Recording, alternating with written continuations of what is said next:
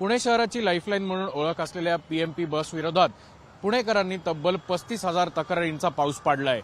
कधी बस स्टॉपवर बस न थांबणे, बस वेळेत न पोहोचणे आणि त्यासोबतच कंडक्टर चालकांचं प्रवाशांशी उर्मट भाषेत बोलणं, अशा विविध प्रकारचा जो सगळ्या तक्रारींचा अक्षरशः पाऊस पुणेकरांच्या जिव्हाळ्याचा प्रश्न असलेल्या पीएमपीएलच्या विरोधात प्रशासनाकडे नोंदवलाय।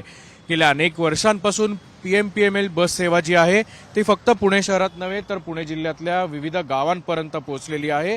प्रशासनाकडनं सातत्याने विविध उपक्रम जे आहेत ते पीएमपीएमएल कडनं राबवले जातात। मात्र असं असताना सुद्धा नागरिकांकडनं येणाऱ्या ज्या तक्रारी आहेत त्यामध्ये विविध प्रकार सुद्धा आहेत।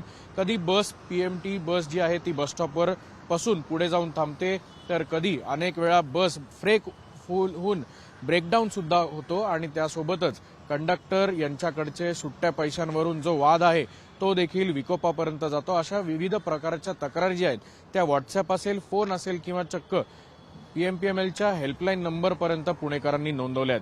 त्यामुळे 35,000 तक्रारींचा पाडा पुणेकरांनी वाचलेला असून या तक्रारींवर उत्तर आता पीएमपीएमएल प्रशासन कसं शोधतं हे पाहणं औत्सुक्याचं ठरेल।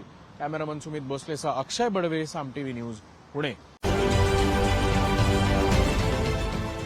देश विदेशातील प्रत्येक घडामोडींचे लाईव्ह अपडेट मिळवण्यासाठी आता साम टीव्हीच्या सर्व सोशल मीडिया प्लॅटफॉर्मला लाईक, फॉलो आणि सबस्क्राईब करा।